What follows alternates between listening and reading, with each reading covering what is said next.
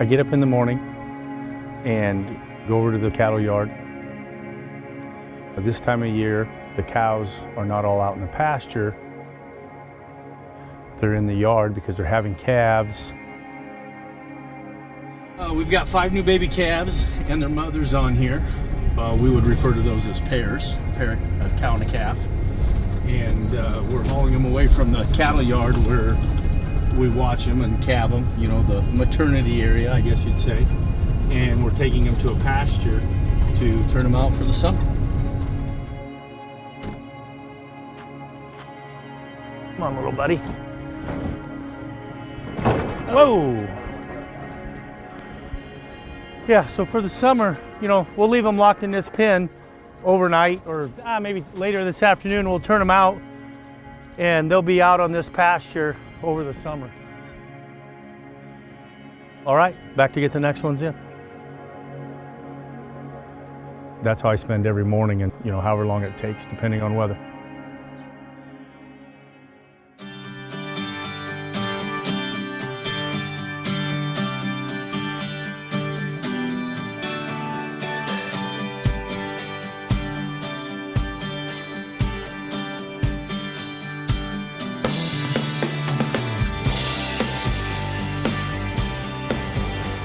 I'll have to get some of this vacuum tube too.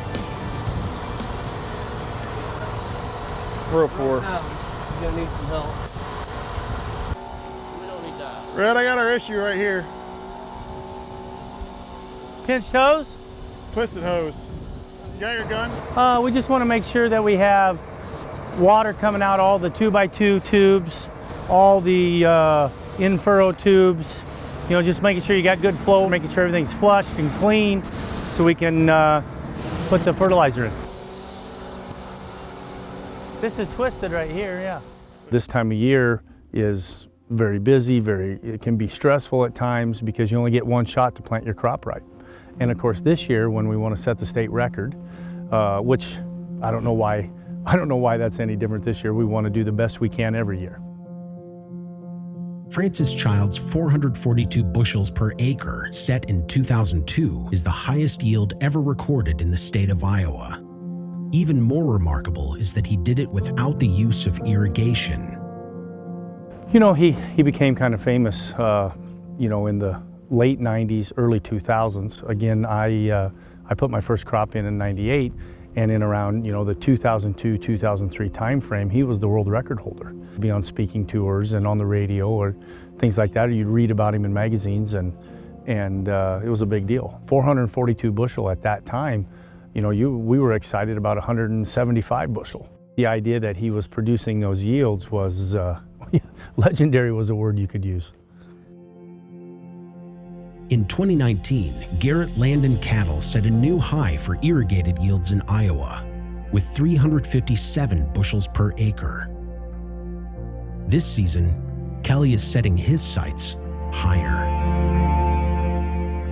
So in 19, we were 357 bushel to the acre, second in the nation. And then my dream started to get a little bit bigger. So the things we learned in 19, we tried to apply to the year of 20. And based on the tissue samples we had and what we were seeing in the field, you know, I don't know that we were going to set the record 443, but I thought we had a shot at 400, which is pretty rarefied air. Not many people have ever done that, you know, 6 or 7, just a handful. And then on August 10th, when the derecho came through, it was all gone. As you can see, the state record is safe for another year. Everywhere we planted the big population and we were chasing the high yields, the storm just blew up out of nowhere, and we've got hail and wind damage on about every acre we farm, but this is by far the worst.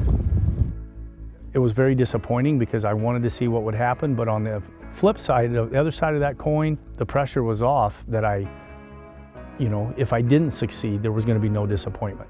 So all that was gone, you know, in the span of 45 minutes on the morning of August 10th.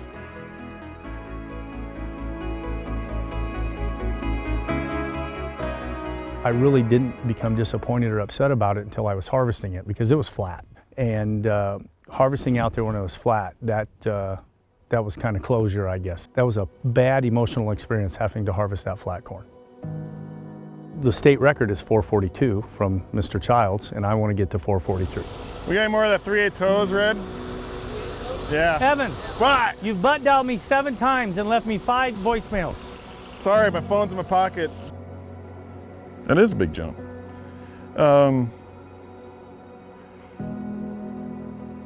I honestly think we're not too far off. You know, I think 400 is achievable.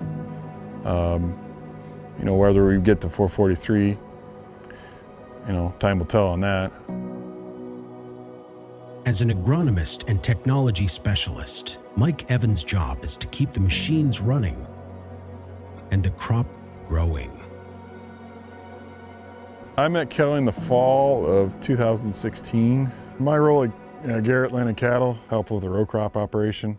I do a lot of the agronomy needs. I enjoy doing new stuff. There's a lot of pain that comes with that, obviously. Planter leans this way a little bit, so it's probably just going least resistance. Because everything else is working. So we'll plug in this wing and maybe that wing will push. A lot of struggles you can go through, like we are going through this planting season with putting some new technology and planting systems on. The pump is not pumping. And learning, but in the end it'll pay off, and it's a lot of fun getting through those and having successes. I think you need to be an eternal optimist, for sure. But I have the mentality, and I try to tell my guys that we do things around here that no one else does in our area. And because of that, it's going to take a little longer, so we have to be more organized, and we just have to be patient and figure it out, because in the end, it does pay. I do believe that, or I wouldn't do it. You got to have the right mentality, because everything's not easy out here, you know. There's an 85% chance that this is fixed by the time he gets back. I'm 75% sure that this is gonna work. You know, I don't know how I would do this without Mike Evans, Richie, you know, Corey, Josh, my guys in the shop. And if it don't, or even if it does, there's a good chance we end up drinking beer after it. Whoa, bam!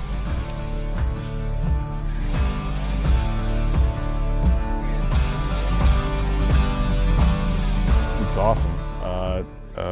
We lose together and win together is what Kelly always says, and that's truly what it is. My number one goal in life is to have fun, and that doesn't matter what we're doing. A positive attitude will get you a long way. This is part of SEAL Team 6 right here. This is the best piece of equipment on the farm.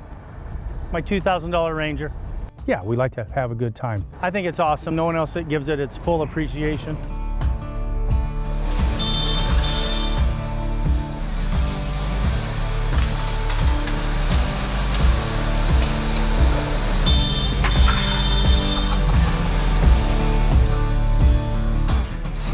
Sit down and take a deep breath. It'll be an emotional experience.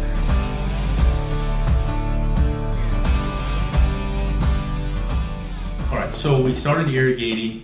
We put the first irrigation in right here on this bottom in the fall of 15 and irrigated then in 16. And we ended up with like a 291 bushel yield. I was disappointed because I thought it should be 320 or 30. We won the state of Iowa. You know, and then I was really excited, wanted to do better, always wanted to do better. When your goal is the highest yield in Iowa history, you'll need all the help you can get. Jason Schley and Bodie Kitchell have spent their entire agronomic careers studying the relationship between fertility, biology, and yields. We're hitting the best of the best. We're averaging a 6.3, basically a 6.5 in pH, where the high yields going. Yeah, I think it's doable. Do a lot of things got to work in our favor? They do, but they do for anybody, right? It doesn't matter where you're at in the world. Mother Nature's got to help you. The timing's got to be perfect. But I definitely think it's doable. And then before 17, we put in about 300 acres of irrigation. And Kiners is right up the road here, half-mile away. My great-great-grandparents homesteaded there. My dad and I bought that farm in 2014 when my great-aunt passed away. We started farming it in 14. Then we irrigated it going into the 17 season, you know, and built it up, developed it. So in 19, when it was irrigated corn, that's when we had the 357 bushel and got second in the nation. The second field we would call Grandma Donna's. My great-great-grandfather lived in Denison, Iowa, bought a whole section of ground, put his 19-year-old son on one and my 17-year-old great-grandfather on the other half section. And my grandpa passed away when I was 9, but my grandma used to tell me that there was 10 kids in the family, the other 8 got to go to Iowa State, and these 2 boys were the physically biggest boys, so he put them out there on the farm. And in 1904, I would say he probably didn't like them because it's rough ground out there. These are probably the 2 kids that he did not like because it is rough. But there's a 60-acre field back on the back side of this farm to the east, and the rows are north or east and west, south-facing slope. It's protected, highly fertile ground. The first year I raised 300 bushel corn was on this ground. You know, what he was able to do a couple of years ago, you know, nothing short of impressive at a 357. You know, you could look at this and say, you know, 442, boy, that's quite a stretch from 357. And I would agree, but the thing that we all have agreed on from the very start of this is that if you're not willing to push, you don't know what your upside limit is. The third field we called the Bush Place, and it was Johnny and Eva Jensen owned that farm, that Jensen family, and the last name of the people that he bought the farm from was Bush, so it's just always the Bush Place. Johnny and my grandpa Garrett grew up together. Johnny, he was always so progressive. I remember in 2008, we're gonna get the first 24-row planter, and I was nervous about it, and I said, John, what do you think? He said, I'd get the biggest son of a bitch I could get. You know, and that's just the way he was. You know? Honestly, I wouldn't drive out from Indiana out here if I didn't think that he had a legit shot. Those are the 3 fields. They're all irrigated. They're fertile ground. They are bean stubble. You know, going to corn, I think that obviously gives an advantage, a rotated crop, and that's why we chose them. Nobody shows up and takes this piece of ground over and breaks a record. It don't happen. You know, it's a system approach. He talked earlier about the history of some of this land, how long he's worked on it to get it where it is. I think it's that dedication, and then again, I think it's the fact that he's got the equipment, he's got the manpower to time things and do things right. The product you're using for zinc now, what is it? What's the source and how much We you put? are using in-furrow. We'll have Crop Max from Nachurs. It's a 4% zinc, and we're putting a quart on of that. And that's in-furrow. In-furrow. Beyond that, we haven't really made a decision on in-season what we're going to do. Zinc's important in a lot of qualities that we're looking for in a high yield plant, right?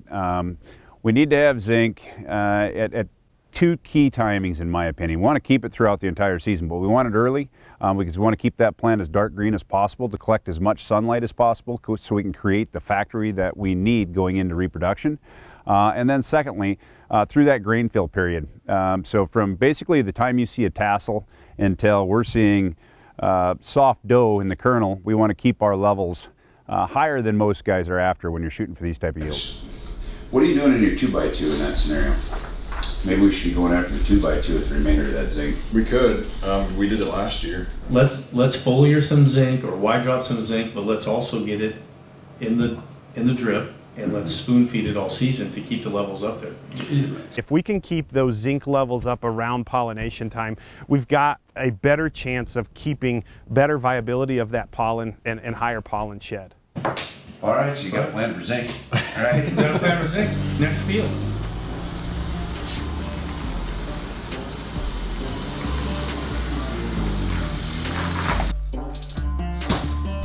Well, we're gonna hook a backup beeper to the reverse lights. So every time he puts it in reverse, it's gonna beep, but it's gonna put it under his seat, so it's really loud. He's gonna be pissed.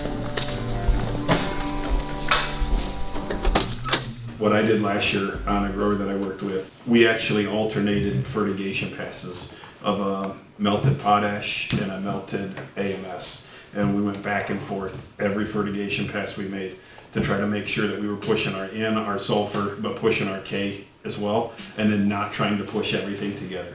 And we were able to really change a plant late season. We were able to hold N values, K values, all the way to R5 that were extremely, extremely strong. You know, when you start talking about 442, 443 bushel corn, and never letting that corn plant have a bad day in its life, making sure that logistically we can get everything done in a timely manner to make sure that that corn plant has everything it needs.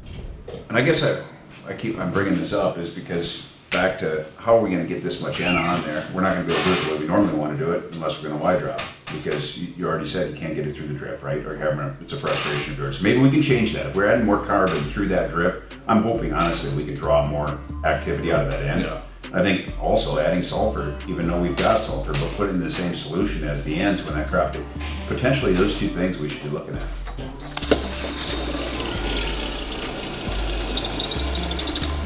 Well, we drill a hole through the floor of his pickup. We're gonna run a wire up. Strip. Then we're gonna put this very loud beeper, which is this guy right here, underneath the seat. We're gonna strap it up.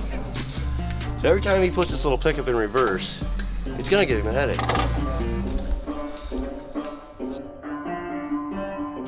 Good question for you would be, and I think about this a lot, so your technology basically gets to fly the drone across these high yield fields, right, that they've enrolled, and then you're going to measure the carbon dioxide that's being released from that soil, correct? Can we hold that carbon dioxide longer in a 15-inch row versus a 60 in that canopy? As corn matures, the conditions under the leaf canopy directly affect yield potential. This season, the team will be employing a unique new drone technology from Acre to monitor the variability of conditions beneath the crop canopy. The core of what we do is aerial imaging. We use different sensor arrays. Primarily start out with the mapping cameras, multispectral cameras to do NDVI and NDRE mapping. We have RGB cameras to do just your orthomosaic photo maps. And then we come in later with our TrueCause technology, what we call TrueCause, where we have a sensor pod that will lower down into the canopy and collect environmental data from inside the canopy that nobody else can give you. So we drop it down in the corn or beans. It senses that it's at the tassel, starts capturing imagery on its way down, recognizes when it hits the ground, and then as it's coming back up, it captures imagery again. And every time it triggers a photo, it triggers all the other sensors as well. Currently, we are the only ones that can actually fly out and lower anything into the canopy to collect that data. And we've got an array of sensors on there. The CO2 is the one that Jason's most excited about, it sounds like. I bought a video about Francis Childs when I was a lot younger, and then I've tried to read everything I can. What I do know of him, I guess, is that he was willing to make changes, willing to make big changes. Guys back then in his time when he did this, he had to think about it from the soil perspective. He didn't have Delta Force, he didn't have Speed Tube, he didn't have furrow jets, right? All things that bring value to a lot of farms across the United States. But he had to do it from the soil, and he really had to focus on making sure that that soil was biologically active, biologically driven, and that he had the fertility there to keep that plant going throughout the entire growing season. And I think that with technology, maybe it allows us to be a little more lax and maybe not pay attention to those things. One of the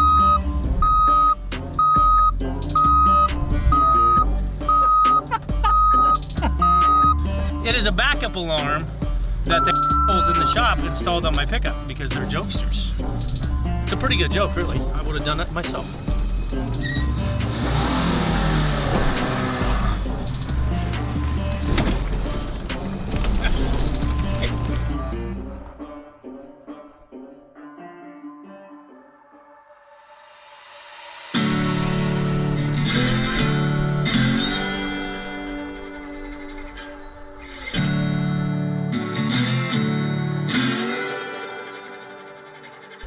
It doesn't look like much, does it, Tom? It's just standing here in between two big hills. Cows, buy a cow turd. To my knowledge, I can't remember seeing anybody chasing a state yield record quite like Kelly is doing right now, ever. 95% of raising corn's water, sunlight, and CO2. And the only thing we don't have control of is the sun, within reason.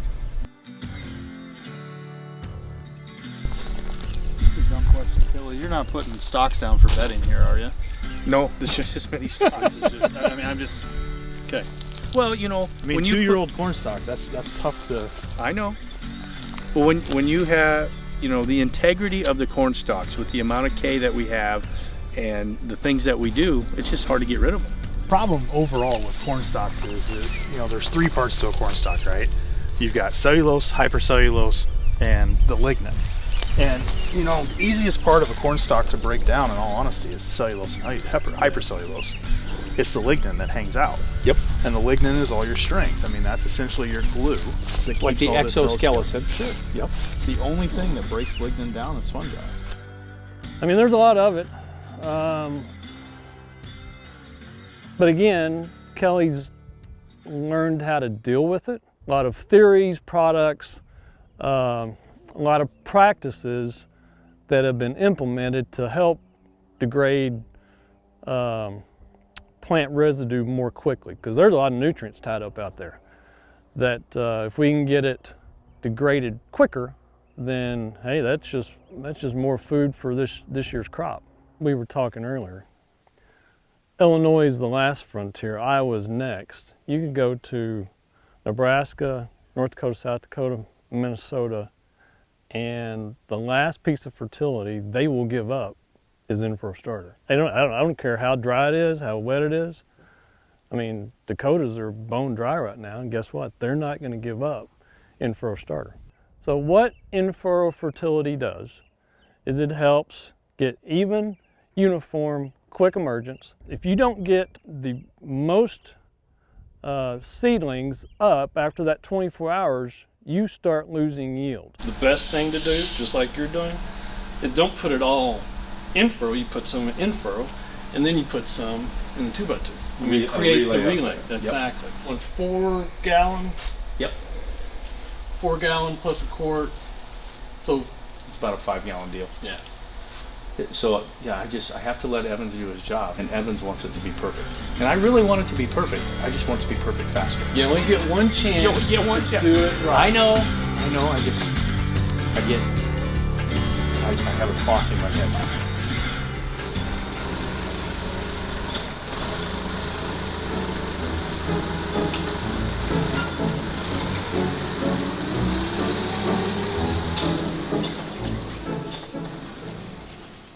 I think he's got something for the forklift. He loves to run that. He'll get on the forklift and he'll organize his boxes one morning, and later that day he'll reorganize them again, and again the next morning. 4 hours later, he's back on it, making new lines. Yeah, everything's got to be square too. Squared up, nice and straight, all the way. And then now he can't have them too high because it's not easy to go on the tender. So he puts them on the left and the right, and that's exactly how you got it loaded on the tender. That's his forklift. You can't get on that. He's put more hours on that forklift than any of us combined. I think he needs some help. He's gonna wear the tires out. Every day, all day, every day.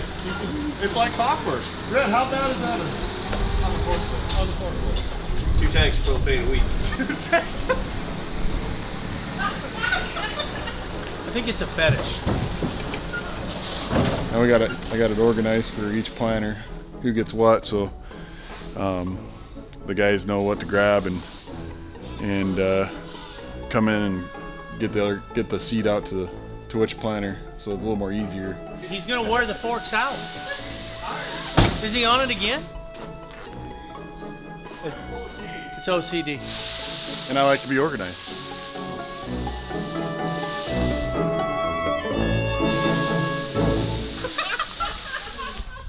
Organization is key to keeping the planting operation moving. But this season, getting things to move has been a challenge. The 12-row planter that we used to put in the contest acres worked flawlessly in beans. 1,000, 1,200 acres of beans. The in-furrow fertilizer worked great. That was the challenging part. We then switched it over to corn. We planted 1.5 acres of sweet corn. We then planted 40 acres of field corn. Everything worked perfect. We went over to start planting contest acres, and the in-furrow fertilizer, the computer would not read that fertilizer was coming out of 2 of the 3 sections. Even though it wouldn't read it, and the computer would open the valves wide open and it would just way over apply. Whereas we were wanting 5 gallon to the acre, it was applying like 25 gallon to the acre, and we couldn't fix it. Well, Larry and Mo here, and of course I'd be Curly. We kind of pulled each other's noses and stomped on each other's feet. It's been hectic to say the least. They've been pretty challenging. Took another V-Apply module off these back rows where we robbed Peter to pay Paul. And we put it up there again, and I started it up third time this morning, and now it's working. So we're not touching it. Yeah. Third or fourth time's a charm. Walking away. Even though yesterday we put 4 modules on it and rebuilt all of them, now they're working. They're adjusting the monitor and they're gonna go plant. We'll make sure it works. We'll go over there after a while when we get into the contest area. So, it looks like it's finally gonna happen. It healed itself overnight, it just didn't want to work on Wednesday.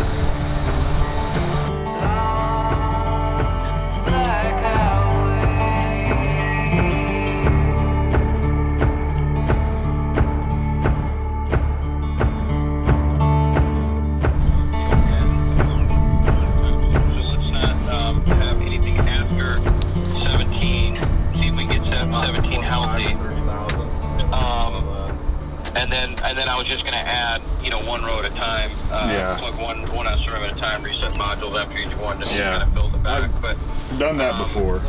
But yeah, I think we need to resolve that voltage issue first, so it's not compounding our issues. Now it won't plant corn. Now it won't plant corn. It did for a little bit, huh? 1.3 acres. 1.3 acres. Francis is safe. Now it's just a planter. There's got to be a loose. There's Casper is in there, and we need to find out how to please. We need to exercise the demons. It's been a lot more difficult. Last year we were breaking mechanical components, parallel arms, goalposts, you know, metal, basically, bolts and nuts. And that's just finding the parts and putting it back together. And granted, we tore off some electrical stuff, but it was fixable in a short amount of time. All the stuff we've been dealing with this spring has been a lot of electrical issues, technology issues in the electrical system lately. Why will it work so good yesterday and today not? Because it's a computer? Because it knows we want to do something.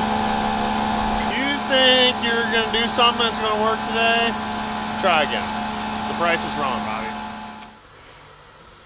On day 36, they finally got the planter put back together. And Jesus built the ark. The Garrett boys started planting.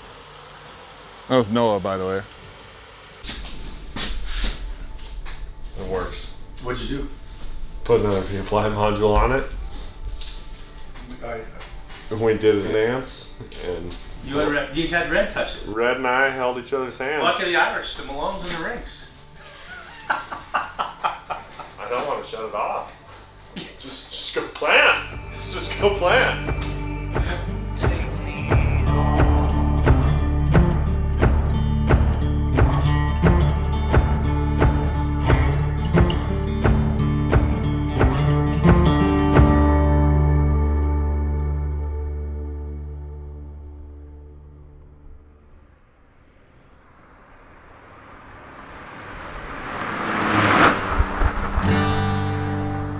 I've known Amber since I was 13 years old and she was 12.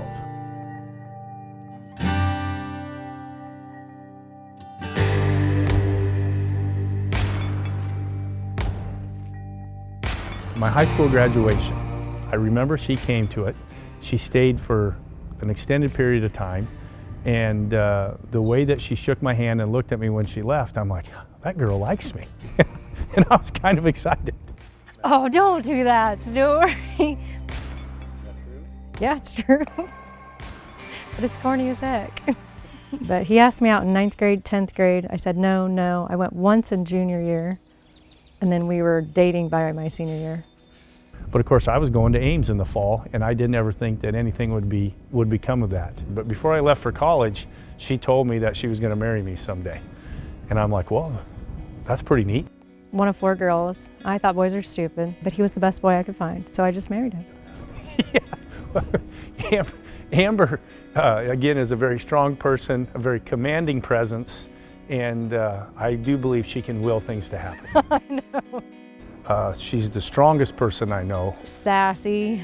The commitment, the discipline, the perseverance that she has is unwavering. Maybe a little lippy. It's second to none. I've never I've never come across another person that has that. Sharp-tongued. I don't know. He's very excited. He's bigger than life sometimes. Big in presence, big in personality, and he just wants to win. 6 o'clock in the morning on her 40th birthday, I took her 40 miles away, dropped her off, and she ran home. Took her like 8 hours and 45 minutes. You know, I might throw up, I don't know. And Kelly said he'd finish it with me, and he said, well, I got to get my running shoes on. I said, I promise you don't, it's slow, you'll be okay. You know, I mean, the strength to do that, you know, to know that and to put your mind to that is incredible. I started running year-round when I was 16. I ran at a small school in Kansas, and my boyfriend, Kelly, at the time, got me to walk on at Iowa State. I left that school in the middle of the semester. Big deal at home. My parents were horrified. It was a big move, but he talked to the coach. I walked on. Every year I got better, I got faster, I got more money. By the time I left, I was full ride, but it took everything. I mean, that's all I cared about was God, running, school, Kelly. In that order, and he knew it too. Now you change out school for the boys and we got the same order. Sometimes it could be said that I bite off a lot, but she never gets upset about that. She is supportive. You know, she wants to do her own thing, but if I want to tackle something, she's all about it. I don't always understand the farming stuff. Sometimes it bores the crap out of me. I try to be interested, but there's only so much farm a girl can hear. She says that she likes a long shot. It's pressure. Usually he's pretty even keel. He doesn't bring his work problems home. They just let it go when you get in the door. And he's crankier, we've all noticed. I'll be happy and proud and kind of relieved, like the monkey's off your back. You hit the goal. He said, it's like, remember when you were competing in college and you couldn't even talk to me before a race and you were pacing? That's how he's in right now. He's pacing and getting ready for the big race. He's persistent.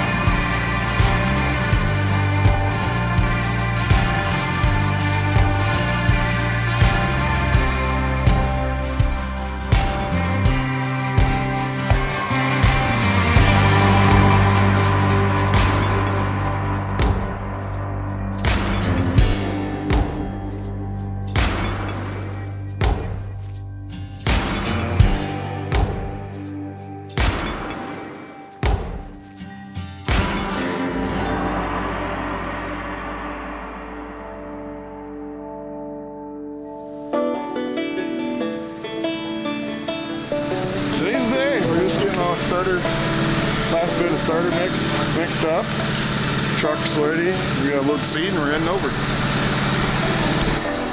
Yep, we're back in the chase. Planters are working. Fertilizer's loaded. It's gonna be a good day.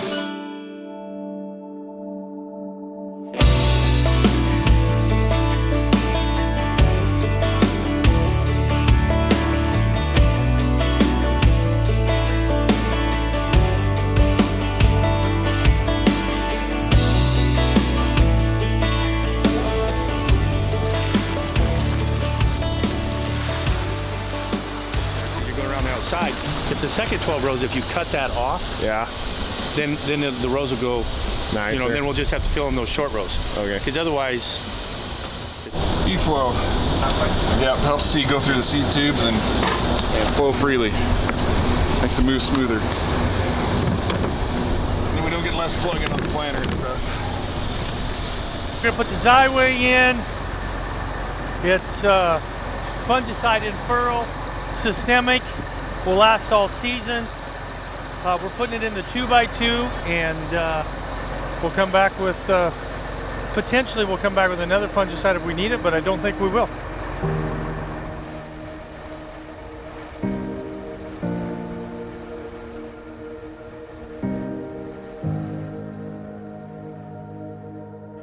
You know, my family's been farming this ground for 117 years. That's a big deal. They were big into agriculture and they were big into conservation, and to know that we're doing this in a sustainable way with the no-till and conserving this water and doing all that, I mean, it would be a very big deal to them.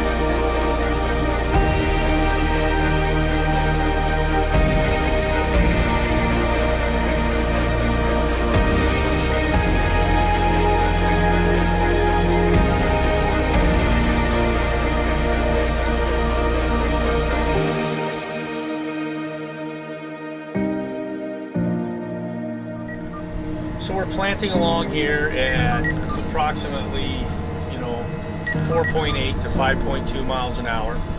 We're planting a population of 38,000 seeds per acre, which is going to be about a seed every 5.1 inches in every row. And then on top of that, we're putting 5 gallons of Nachurs fertilizer in furrow with the row, 23 gallons of nitrogen and potassium, and is being incorporated into the soil by the closer. All those things are happening simultaneously. And then when the seed germinates and comes up, it'll start with the starter fertilizer. And then as the root system shoots out, it'll get out there to the 2x2 and grab that fertilizer, and hopefully never has a bad day.